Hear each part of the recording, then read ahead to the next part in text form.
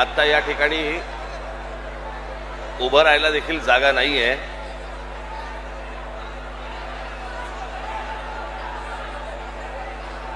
काय झालंय अविनाश? तो काय करणार आता? आता येतंय ऐकून त्यांना.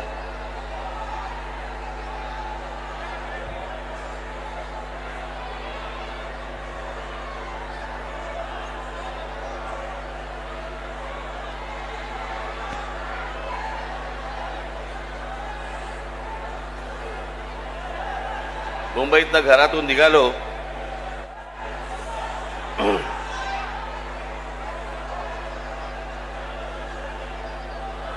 आणि इथे पोहोचायला जवळपास मला 2 तास लागले. अरे हे घोडे बिडे आणू नका रे तुम्ही तिथे. घेऊन जा पहिले त्याला, बाहेर बाहेर घेऊन जा त्याला विचारायला. इथे मी काय बोलतोय माणसानं नाही समजत, घोड्यानं कुठून समजणार?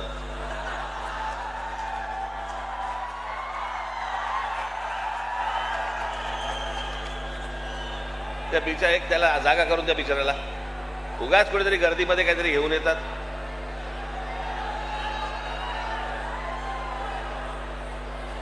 जा त्याला घेऊन जा व्यवस्थित नीट, त्याला जागा करून द्या रे.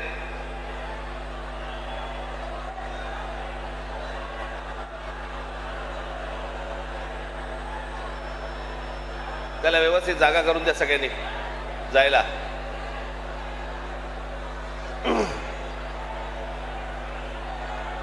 कमाल आहे इथे, म्हणजे माणसांना उभं राहायला जागा नाही, घोडे घेऊन येतात.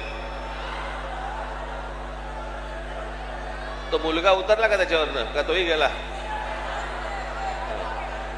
तुलाच पकडलं होतं का पोलिसांनी?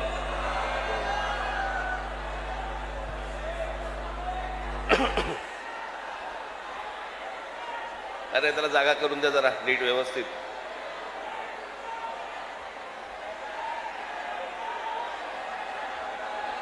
कशाला प्राण्यांवरती अत्याचार करताय? ए तुझा झेंडा हलवणं थांबव, बंद कर ते,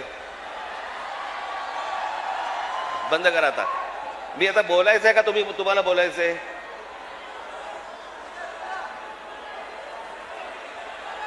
आणि हे बघा हे कोण आहेत आता? बसा ना आता शांत.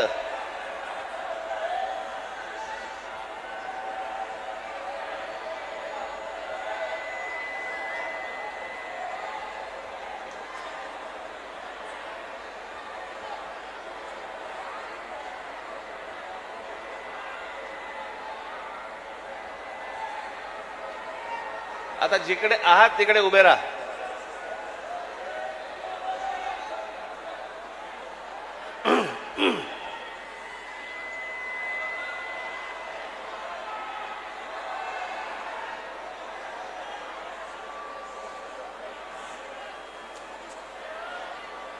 मला मुंबईवरनं इथे यायला जवळपास आता 2 तास लागले.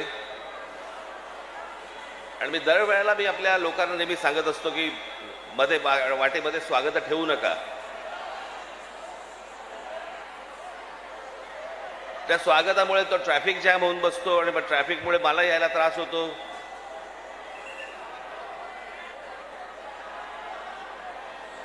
आज इकडे मीरा भाईंदरला मी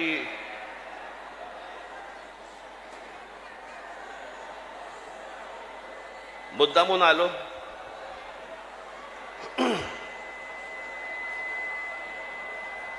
त्या दिवशी तो जो घडलेला प्रसंग होता इथला,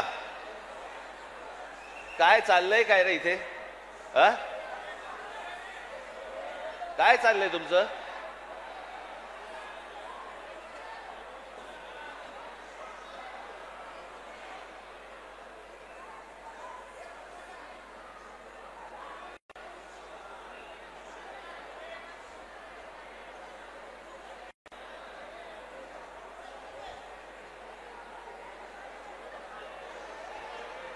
आता जागा नाही तर कुठे कुठे येणार तुम्ही?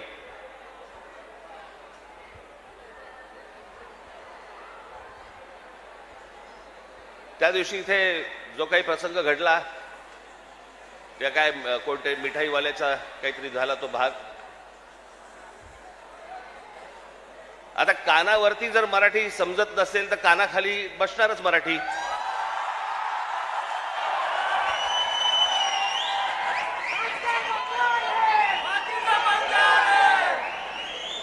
विनाकारण काहीतरी काढत असतात.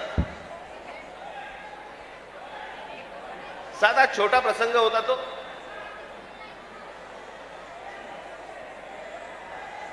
मोर्चासाठी म्हणून तिकडे जे कोणी माझे मराठी सैनिक होते पाणी प्यायला गेले तर तो माणसाने विचारलं कशासाठी मोर्चा काढताय. त्यांनी सांगितलं हिंदी सक्तीचं केलं म्हणून. म्हणे इथे तर म्हणे सगळे हिंदीतच बोलतात म्हणे. हे सगळं हिंदीमध्ये चालू होतं. त्याच्यामध्ये त्या माणसाच्या अरेरावीमुळे त्याच्या जी काय कानफडीत बसायची ती बसली.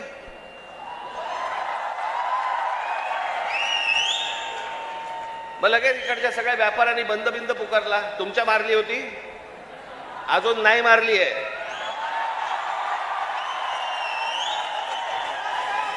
विषय समजून न घेता काय झालंय माहिती नसताना कुठच्या तरी राजकीय पक्षाच्या दबावाखाली येऊन जर तुम्ही हे असले बंद करणार असाल, तुम्हाला काय वाटलं मराठी व्यापारी नाहीयेत?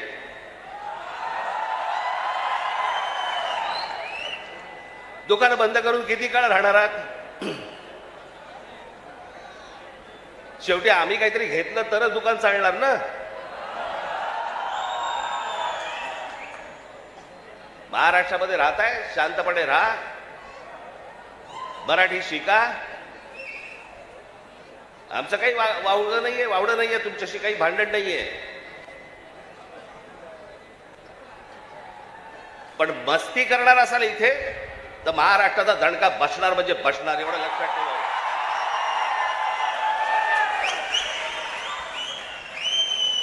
तर काय विषय होता? 1ली ते 5वी राज्य सरकारने म्हणे हिंदी कंपल्सरी, म्हणे हिंदी भाषा शिकलीच पाहिजे. त्याच्यावरनं खरं तर हे सगळं सुरू झालं.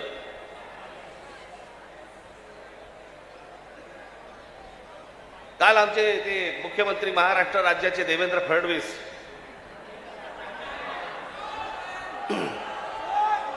त्यांनी काल सांगितलं म्हणे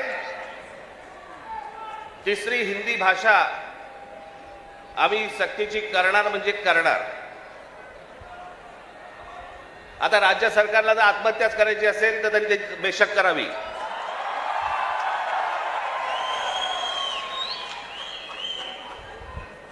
त्या दिवशीच्या मोर्चाच्या फक्त धसक्याने निर्णय मागे घ्यायला लागला होता.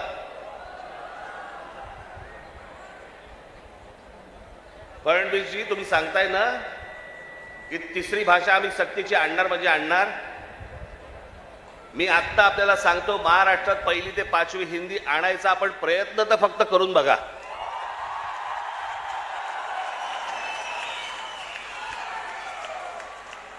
दुकानं नाहीत, शाळाही बंद करीन.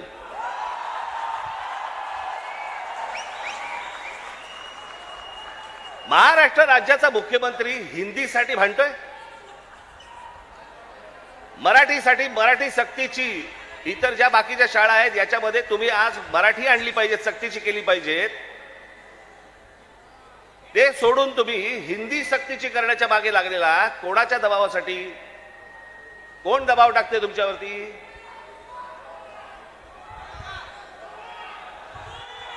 हे केंद्रामधलं हे केंद्राचं पूर्वीपासूनच आहे, काँग्रेस असल्यापासूनच आहे हे सगळं.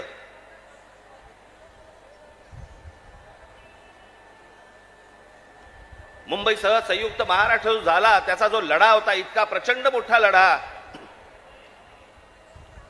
ही मुंबई महाराष्ट्रापासून बाजूला करण्याचा डाव होता. तो कोणाचा होता? काही गुजराती व्यापाऱ्यांचा होता आणि काही गुजराती नेत्यांचा होता. मी एकदा पुस्तक वाचत असताना, आचार्य आस्तांचं पुस्तक वाचत असताना मला धक्का बसला की मुंबई महाराष्ट्राला मिळू नये याच्यासाठीचं पहिलं जे बोललं गेलं ते कोणाकडनं बोललं गेलं? वल्लभभाई पटेलांनी सांगितलं की मुंबई महाराष्ट्राला देऊ नका म्हणून. वल्लभभाई पटेलांनी, ज्यांना आजपर्यंत आम्ही लोह पुरुष म्हणून मानत आलो, या देशाचे गृहमंत्री, आम्ही त्याच्याकडे आदराने आजपर्यंत पाहत आलो, तुम्ही महाराष्ट्राला विरोध केलात.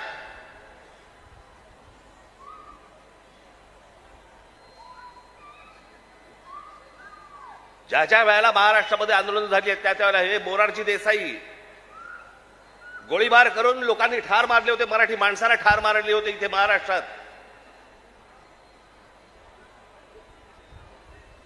गेले अनेक वर्षांचा ह्यांचा मुंबईवरचा डोळा आहे, अनेक वर्षांचा.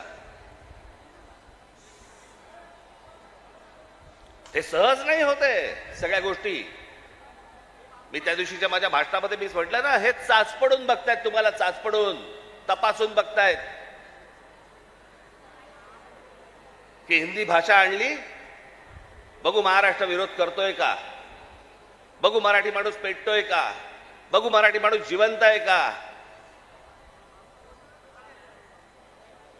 आणि तो जर शांत दिसला तर हिंदी ही भाषा आणणं ही त्यांची पहिली पायरी असेल. आणि हळूहळू हळूहळू हळूहळू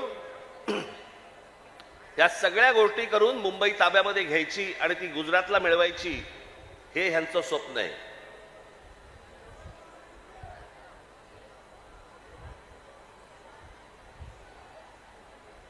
खरं तर बाकीच्यांचा विषय येतो कुठे मला कळतच नाही.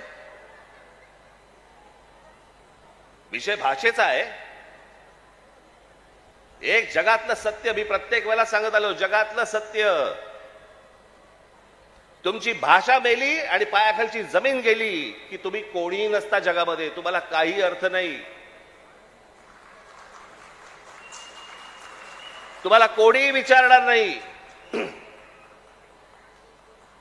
तुमची भाषा टिकवणं महत्वाचं आहे, तुमची जमीन राखणं महत्वाचं आहे. पण हे फक्त मुंबई महाराष्ट्रात खास करून मुंबईत काही गोष्ट झाली की ती देशभर चालू ठेवतात हे हिंदी चॅनलवाले.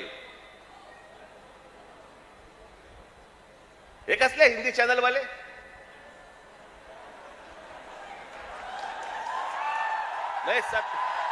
हे खरं तर या सत्ताधाऱ्यांच्या चपलेखालची ढेकणं आहे ती.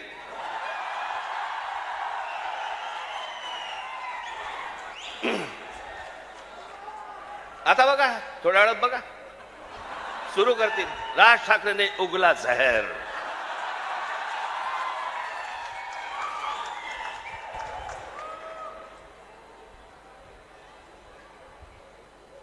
फक्त मुंबईत काही झालं, महाराष्ट्रात काही झालं तर हे सगळे हिंदी चॅनलवाले जाणून बुजून कोणाच्या तरी सांगण्यावरून, कधीतरी स्वतःच्या मनातून, स्वतःच्या रागातून हे पेटून उठतात.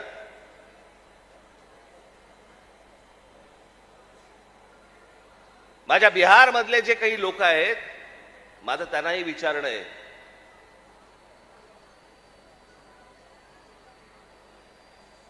की इथे मी आता आणलंय, इथे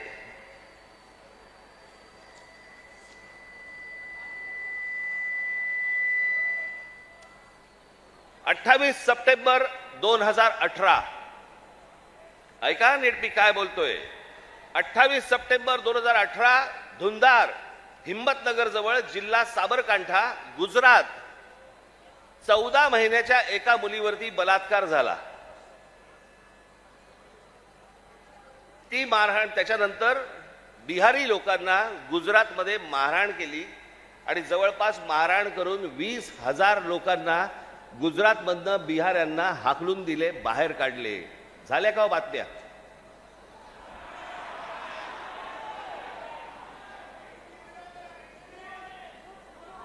कुठेही बातम्या तुम्हाला दिसणार नाहीत. हा माणूस त्याच्यानंतर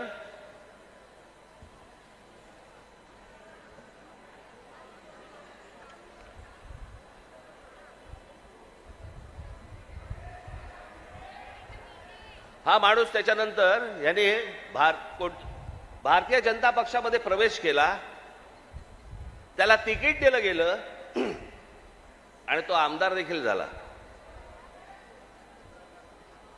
म्हणजे यांच्या राज्यामध्ये हे वाटेल ते करणार, बाहेरच्या राज्यांमधली लोक आतमध्ये घेणार नाहीत, त्यांना मारणार, हाकलून देणार.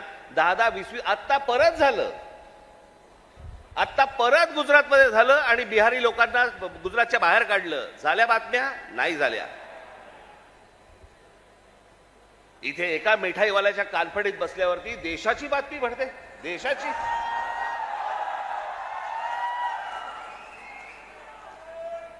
देशामध्ये चित्र असं रंगवलं जातं की बघा मुंबईमध्ये महाराष्ट्रामध्ये अमराठी लोकांना कसे मारतायत.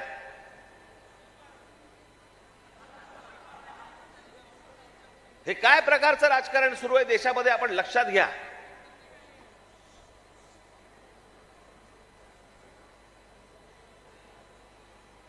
कसली कोणती हिंदी घेऊन बसलो आपण, ज्याला साधा 200 वर्षाचा इतिहास आहे. 200 वर्ष. मराठी भाषेला 2,500 ते 3,000 वर्षांचा इतिहास आहे.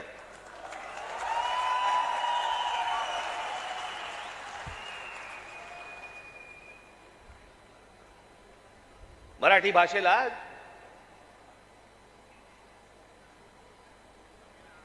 अभिजात भाषेचा दर्जा मिळाला.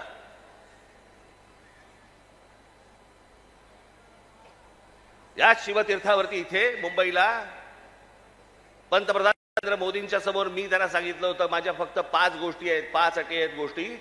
त्यातली एक पहिली, मराठीला अभिजात भाषेचा दर्जा तुम्ही द्या. पंतप्रधान झाल्या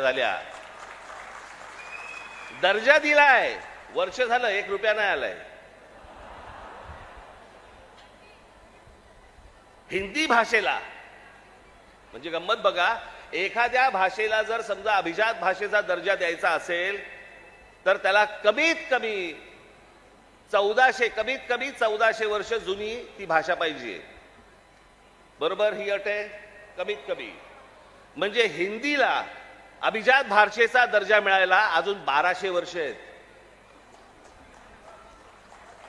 1200 वर्ष आहेत. आणि ती भाषा तुम्ही आमच्या लहान मुलांवरती आणि आमच्यावरती लादणार. हिंदी या भाषेमुळे हिंदी चित्रपट सृष्टीतल्या नटनट्यांचं भलं झालं, ह्याच्या पलीकडे कोणाचं भलं झालं जरा सांगा मला. साधी गोष्ट आपण पकडूया की उत्तर प्रदेश, बिहार, मध्य प्रदेश, राजस्थान इथे हिंदी बोलली जाते. मग हे लोक उठतात आणि महाराष्ट्रामध्ये नोकरीसाठी काय येतात?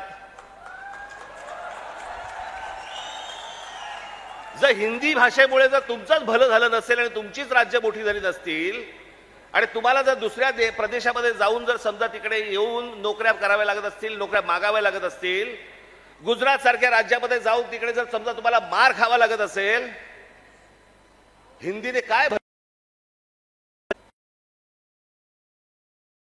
बसलोय आपण. आणि त्या भाषेसाठी म्हणून महाराष्ट्राचा मुख्यमंत्री पेटलाय. मला कारणच नाही कळलं.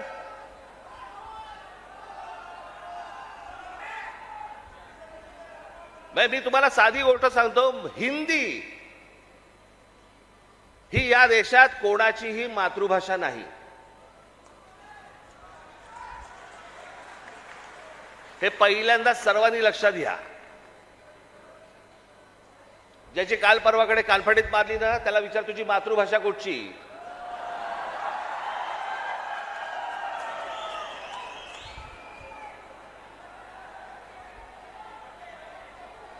अहो, हिंदी ही इकडच्या तिकडच्या सगळ्या कडबोळ्यातनं तयार झालेली 100-200 वर्षापूर्वीची भाषा.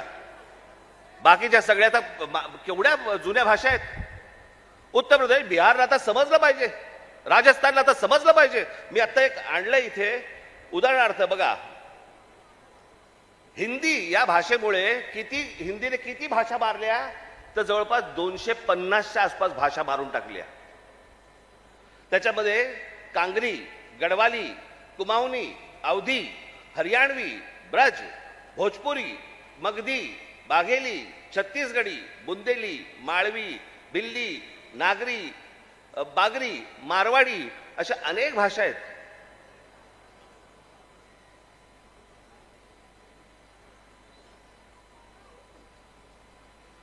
आता बिहारमध्ये ज्यांनी पहिली हिंदी ही भाषा स्वीकारली तिथे आजही 99% लोक मातृभाषा बोलतात, हिंदी बोलत नाही. म्हणजे अशा तर मी तुम्हाला सांगतो,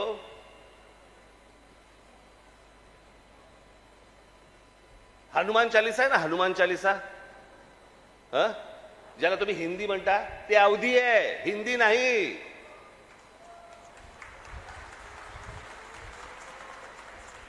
पहिल्यांदा भाषा आपण नीट समजून घेतली पाहिजे.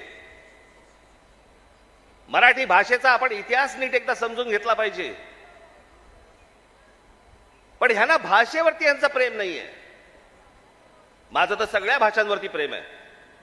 माझा तर दावा कदाचित चुकीचा नसावा, परंतु महाराष्ट्रामधले जेवढे काही नेते आहेत त्या सगळ्यांपेक्षा हिंदी माझं बरं आहे. आणि याचं कारण माझे वडील. माझ्या वडिलांना व्याकरणासकट उत्तम मराठी तर येतच होतं, उत्तम इंग्रजी येत होतं, उत्तम हिंदी येत होतं, आणि माझ्या वडिलांना व्याकरणासकट उत्तम उर्दू येत होतं.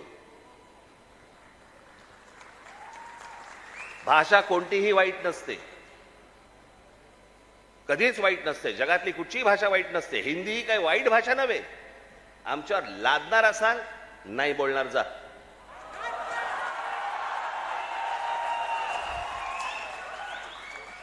आणि लहान मुलांवरती तर नाहीच नाही. काही विषयच येत नाही या गोष्टींचा. त्यांचं राजकारण काय चालू आहे ते पहिलं बघा तुम्ही. या सगळ्या गोष्टी मी तुम्हाला आत्ताच सांगतोय. मी माझ्या पत्रामध्ये पण दिलं होतं, आम्ही हिंदू आहोत, हिंदी नव्हे.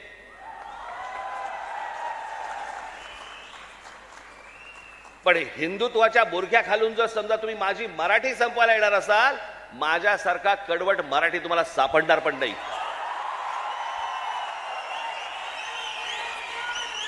हिम्मत असेल तर हात लावून दाखवा तुम्ही. आणि हे सगळं षडयंत्र तुम्ही नीट समजून घेतलं पाहिजे. षडयंत्र.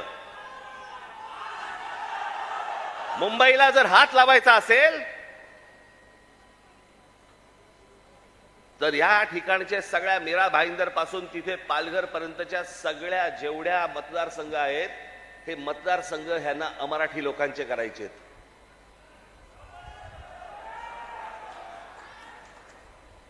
मी गेले 20 वर्ष मी ओरडून बोंबलून सांगतोय, ही नुसती माणसं येत नाही आहेत. हे नुसते इमारतींमध्ये माणसं येत नाही आहेत. इमारती उभ्या राहतात आणि बाहेरची माणसं येत आहेत. इमारती उभ्या राहतात आणि बाहेरची माणसं येत आहेत. नुसती माणसं नाही येत आहेत. हे मतदारसंघ बनवत आहेत. हे मतदारसंघ बनवून तुम्हाला हटवणार, तुम्हाला लांब लांब फेकून देणार. उद्या हे काय सांगणार, अरे बघा ना, आमचाच खासदार, आमचेच आमदार, आमचेच नगरसेवक, आमचाच महापौर. असं करून हे मुंबईपर्यंत पोहोचणार. आणि हा अख्खाच्या अख्खा पट्टा हा सगळा गुजरातला मिळवण्यासाठीचे सगळे खटाटोप सुरू आहेत. हे आज नाही, हे पूर्वीपासून सुरू आहेत.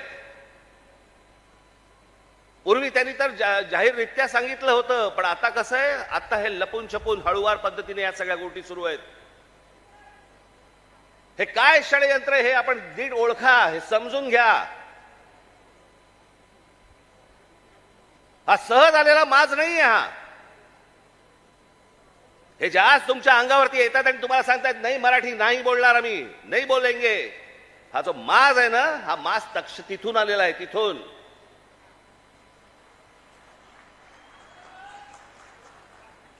मी आज तुमच्याकडे काही लंब चौडं भाषण करण्यासाठी नाही आलो.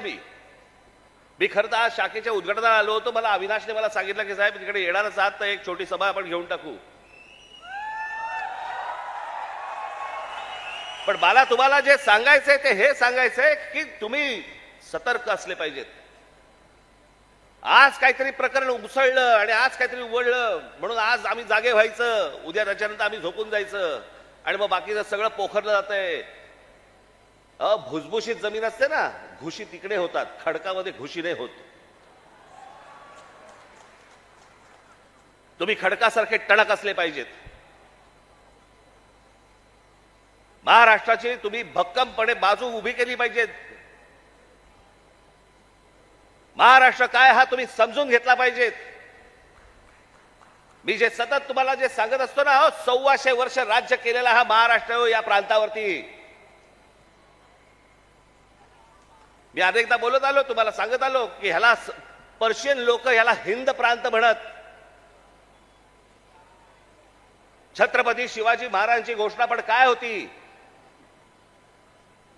हे हिंदवी स्वराज्य व्हावे ही नव्हती, हे हिंदवी स्वराज्य व्हावे ही होती. या हिंद प्रांतावरती आमची सत्ता असावी. हा संपूर्ण हिंद प्रांत आमच्या हातामध्ये असावा. बाहेरच्यांनी येऊन आमच्यावरती इथे सरकार स्थापन नाही करायची. आम्ही कोणी गुलाम नाही आहोत. या प्रांतावरतीचा अधिकार कोणाचा असेल तो आमचा आहे. आणि 125 वर्ष या मराठेशाहीने जे राज्य केलं, ज्याला आपण म्हणतो ना अटके पार आम्ही झेंडे फडकवले. अटके पार झेंडे फडकवले म्हणजे काय? आजही मला असं वाटतं पाकिस्तानच्या वायव्य नैऋत्येला तो अटक नावाचा किल्ला आहे, त्या किल्ल्यावरती भगवा ध्वज फडकला. ते अटक किल्ला, तो अटके पार झेंडे फडकवले आम्ही. तिथपर्यंत पोहोचले होते मराठे. तो महाराष्ट्र हतबल आहे. तो महाराष्ट्र यांच्या समोर हात पसरतोय. आम्ही भिका मागायच्या आम्हाला न्याय द्या म्हणून. तुम्ही या महाराष्ट्राचे राजे, तुम्ही या महाराष्ट्राचे मालक. बाकीची माणसं बाहेरून आली, ती तुमच्यावरती रुबाब करणार आणि आम्ही हतबलतेने त्यांच्यासमोर बोलणार, अरे नाही नाही भाई साहब ऐसा मत. का?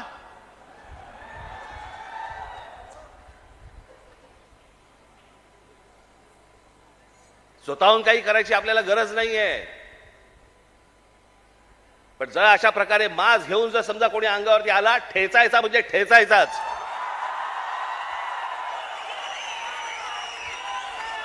त्या दिवशी तो कोणतरी भारतीय जनता पक्षाचा एक खासदार, कोणतरी दुबे नावाचा, कसा काय बोलला, मराठी लोगों को हम यहां पे पटक पटक के मारेंगे. झाली का हो केस त्याच्यावरती? हिंदी चॅनल वाल्यांनी दाखवलं का? पुढे चालवलं का? काही नाही. बघा कसं असतात, कसे असतात ते बघा. तू आम्हाला पटक पटक के मारणार दुबे? दुबेलाच मी सांगतो, दुबे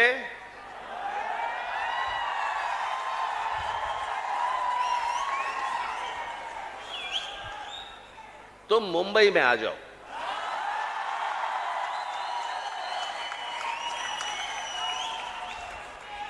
मुंबई के समुंदर में डुबे डुबे कर मारेंगे.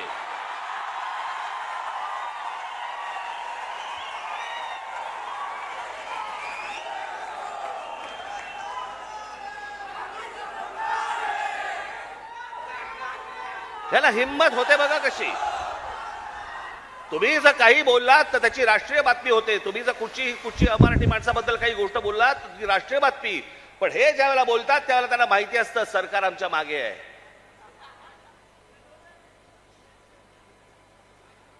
कारण सरकारच जर समजा या गोष्टी इथे लादत असेल तर या लोकांची हिंमत तर वाढणारच आहे. एक गोष्ट त्या दिवशी मी सांगितली, पुन्हा एकदा सांगतो, तुमची सत्ता असेल ती लोकसभेमध्ये आणि विधान भवनामध्ये. आमची सत्ता रस्त्यावरती आहे. रस्त्यावरती काय नाही. 56 इंचाची तुम्ही पण छाती बाहेर काढून फिरा. हा महाराष्ट्र आहे, तुमच्या बापाचा महाराष्ट्र आहे.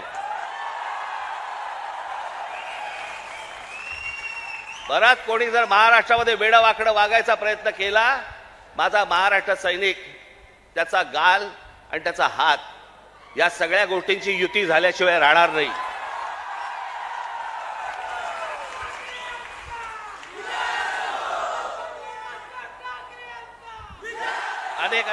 अनेक ते आता सरकारी पत्रकार असतात, काही बेरोजगार पत्रकार असतात. आणि मग ते बेरोजगार पत्रकार कुठच्या युट्यूब चॅनल बिनलवरती जातात आणि म्हणतात की तुम्हाला माहिती आहे की नाही, ही फडणवीसांनी लिहिलेली स्क्रिप्ट आहे. हा कोणता स्क्रिप्ट रायटर आहे मला अजूनपर्यंत कळलेला नाही, जो स्वतःचा अपमान पण त्याच्यामध्ये लिहितो. ज्याला हे सगळं मागे घ्यावं लागलं सगळ्यांकडनं दबाव आल्यानंतर मी हे दोन्ही GR मागे घेत आहे, हे स्क्रिप्ट रायटर लिहू शकतो. पण हे काय चालू आहे? हे तुमच्या मनात काहीतरी विष कालवणं सुरू आहे की हे बघा, हे आतून सगळे एक येतं, बघा हे सगळं असं सगळं सुरू आहे. कशाचा कशाला कशाचाही संबंध नाही आहे. कोणाशी माझी मैत्री असो, दुश्मनी असो, काहीही असो, एक गोष्ट निश्चित सांगतो, महाराष्ट्राच्या बाबतीत, मराठी माणसाच्या बाबतीत आणि मराठी भाषेच्या बाबतीत राज ठाकरे कोणाशी तडजोड करणार नाही.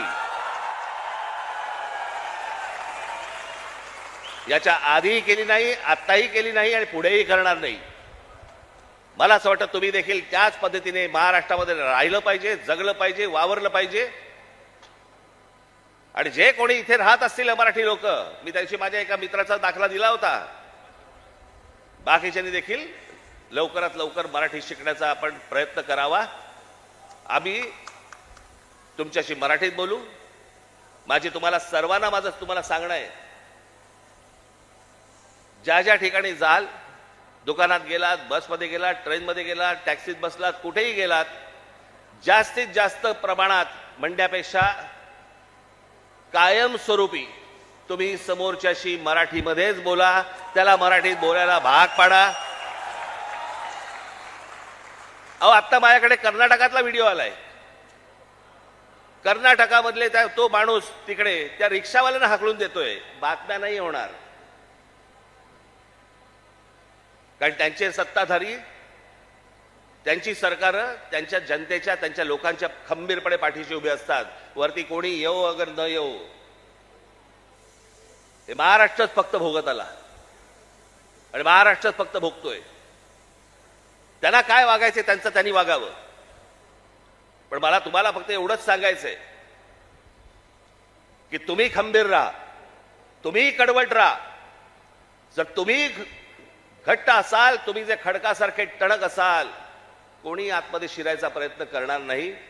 आजूबाजूला कोण येतंय, कोण राहतंय, कोण काय करतंय, याच्यावरती सतर्कतेने तुमचं लक्ष असलं पाहिजे. एवढीच फक्त आज विनंती करण्यासाठी म्हणून मी आज आपल्यासमोर इथे आलो. आपण सगळेजण इतक्या मोठ्या संख्येने आलात, आपल्याला सर्वांना धन्यवाद देतो. आणि फक्त एवढंच जाताना सांगेन, सतर्क राहा, सतर्क राहा, सतर्क राहा. धन्यवाद. जय हिंद, जय महाराष्ट्र. एबीपी माझा, उघडा डोळे बघा नीट.